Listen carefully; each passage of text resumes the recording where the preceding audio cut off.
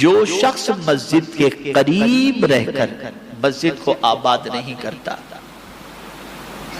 मस्जिद की दीवारें उसके लिए बद्दुआ करती हैं और ये कहती हैं, ए अल्लाह, इसने तेरे घर को वीरान रखा तो इसके घर को वीरान रखा। और जो मस्जिद को आबाद करे तो मस्जिद की दीवारें अल्लाह की बारगाह में दुआ करती है, अल्लाह, इसने तेरे घर को आबाद रखा तो इसके घर को आबाद। फिर यहां मैं बता दूं, सोने के लिए मस्जिद नहीं है, खाने के लिए मस्जिद नहीं है, अखबार पढ़ने के लिए मस्जिद नहीं है, चूल्हा जला करके खाना खिलाने के लिए मस्जिद नहीं है। ये जो कई कई दिनों तक मस्जिद में आकर के लोग रुक जाते हैं और फिर औंधे पड़े होते हैं और फिर थोड़ी देर जिक्र और अस्कार और थोड़ी बातें हुई,